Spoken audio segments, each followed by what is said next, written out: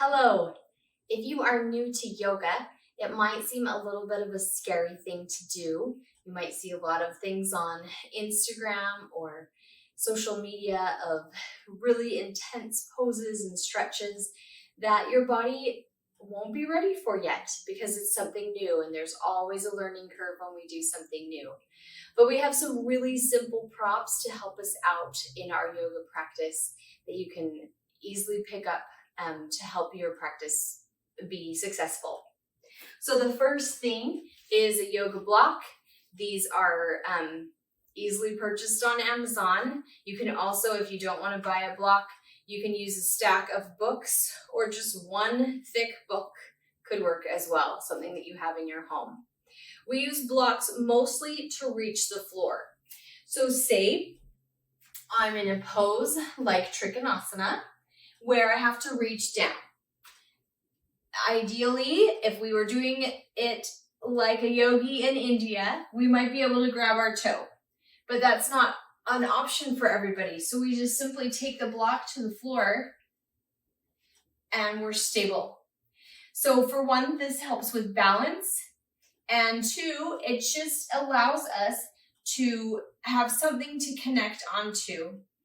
And the block is on the floor, so essentially so is our hand. We don't ever have to use the hand to the floor. Another place where we might need it is when we fold forward this way. You might have a block because you can't quite reach the floor with your hands. Perfectly easy solution. Blocks have three different heights. So the flat, the long side, and then the tall side. So you can switch around different kinds of directions. Another great thing that a block can help us with is restorative poses. So if I'm on my back in a bridge pose, I can take the block underneath my hips and relax. We can relax our hamstrings, our glutes, and our back. The block is holding our weight, and we can just let the body relax. So throughout my videos that you can follow along in this program, I will suggest times that you can use a block. There are so many ways to make use of the block. Get one today. The second tool you can get is a yoga strap. These can often be purchased in a bundle. You can get 2 blocks and a strap on Amazon. I've seen plenty of those bundles. If you don't want to buy a strap, it's really easy just to take a hand towel.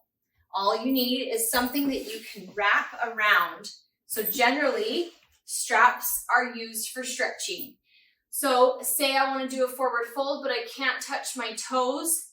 Put the strap around your feet. Hold on to that strap. As long as you can feel the pull in the hamstrings, in the back, it doesn't matter if the hands are not touching the toes. Using the strap will still give you that stretch. So this is a great way to easily feel the bend, feel the burn in the muscles with the help of a strap.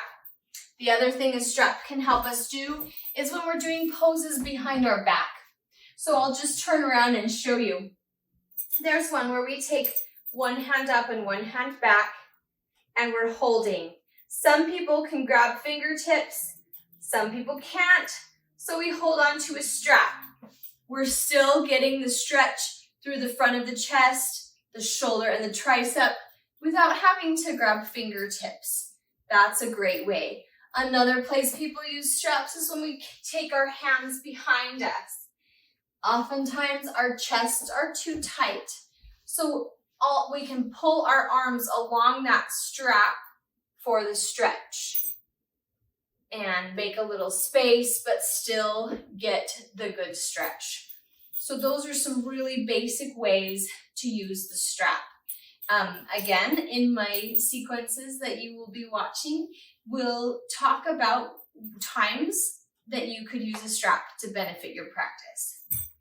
The last kind of prop that I like to talk about is the wall. So, really simple to use the wall when we balance. It's hard to stand on one foot.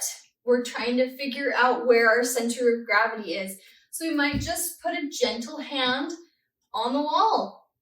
You only a couple fingers, keep yourself standing upright. The wall can be great.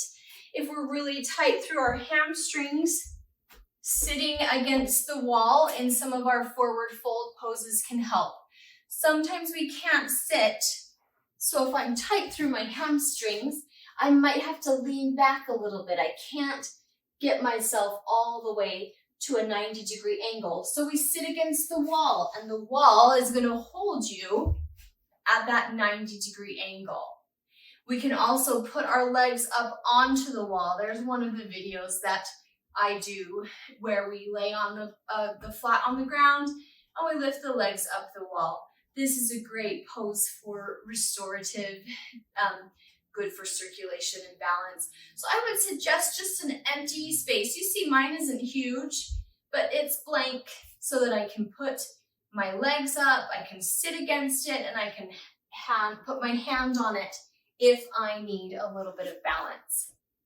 So these tools are just great tools to help you feel confident so that you can start learning the best way for your particular body to move.